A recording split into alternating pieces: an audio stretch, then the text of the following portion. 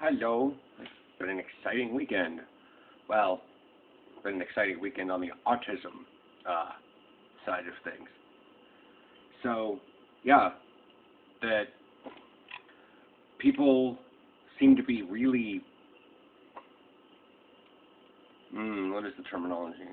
That would be at least butthurt. They seem butthurt and almost offended about what happened with the DSM. The DSM-4 is out of date, so they are reprinting a DSM-5, and they've removed Asperger syndrome from the DSM. Now, if that's the only thing you hear, sure. It's like sort of saying that we've removed the color of brown from hair color.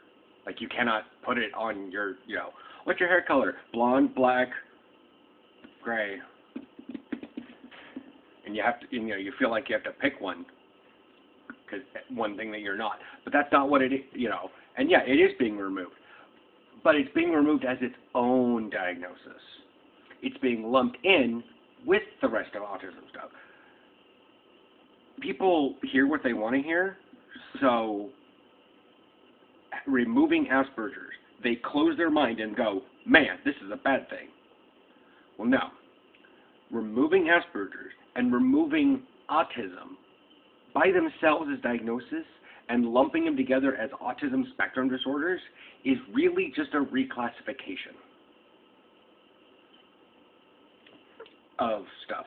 This really, to me, from what I've been able to read from Autism Speaks about their whole thing, and they're cautiously optimistic, the best I can understand that's happening with the DSM-5 that will be probably printed around May is very similar to the reclassification of Pluto. We as humans are expanding our knowledge. And expanding our knowledge leads to more gray area. And especially when it comes to things like autism, where it's a spectrum disorder, or going along with the same thing, what defines a planet? Because we had the definition of planet that worked in our own solar system. Kinda. But we needed to get concrete definitions of what we define as a planet. So, we are getting them together, autism, Asperger's, and other things,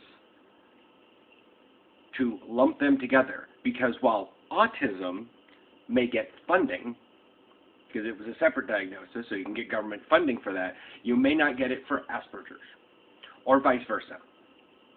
And this works with education, because educational systems are like, well, autism, that's debilitating, we'll give special ed for that one. But Asperger's syndrome may not be that debilitating in general. Like, even moderate Asperger's people are very functional. And in terms of Asperger's, I probably am really functional. They're adding a new diagnosis in.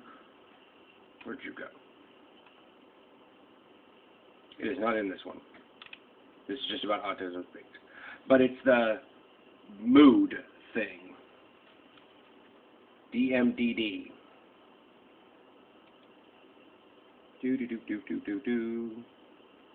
Man, I skipped a lot of pages. There it is. I'm not sure how... I don't look at Gawker, but the idea of Gawker, someone who gawks, I don't necessarily think it might be a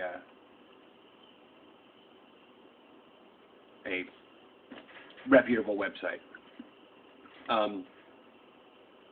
But it came up right on Google, so whatever.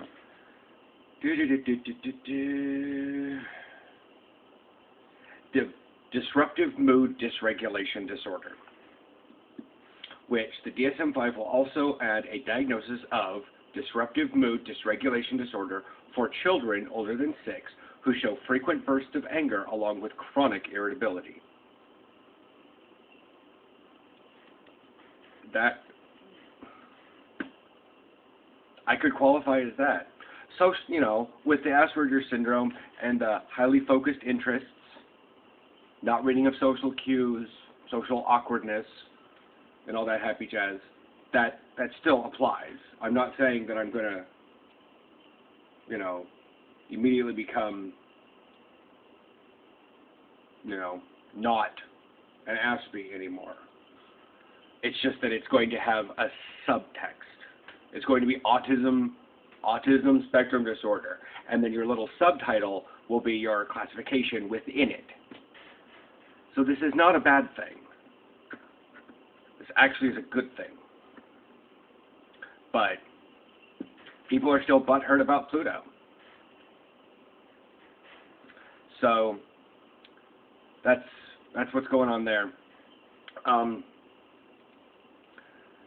And for any of you that happen to be watching this that are still butthurt about Pluto, I have a very convincing argument. And if you don't want to hear my argument about as to why Pluto is still a planet, why it still is a planet, and you can believe that it is a planet, because according to the definition that the IAU put down about Pluto, is that it has not cleared its own orbit, or the definitions for making a planet is cleared out its own orbit, orbits a centralized star, and has become large enough to become spherical. The thing with it is it does orbit the sun. Sweet. It is spherical. Sweet. It has not cleared out its own orbit. So it's missing the 3 to become planet stage. Now, we've kind of used it in the wrong, we've used its new classification in the wrong way, because now we've brought in the other one that's out there, the round thing that orbits the sun but is still in the Kuiper belt, that was appropriately named Xena that was named Xena for a while, but now is something else. Hydra?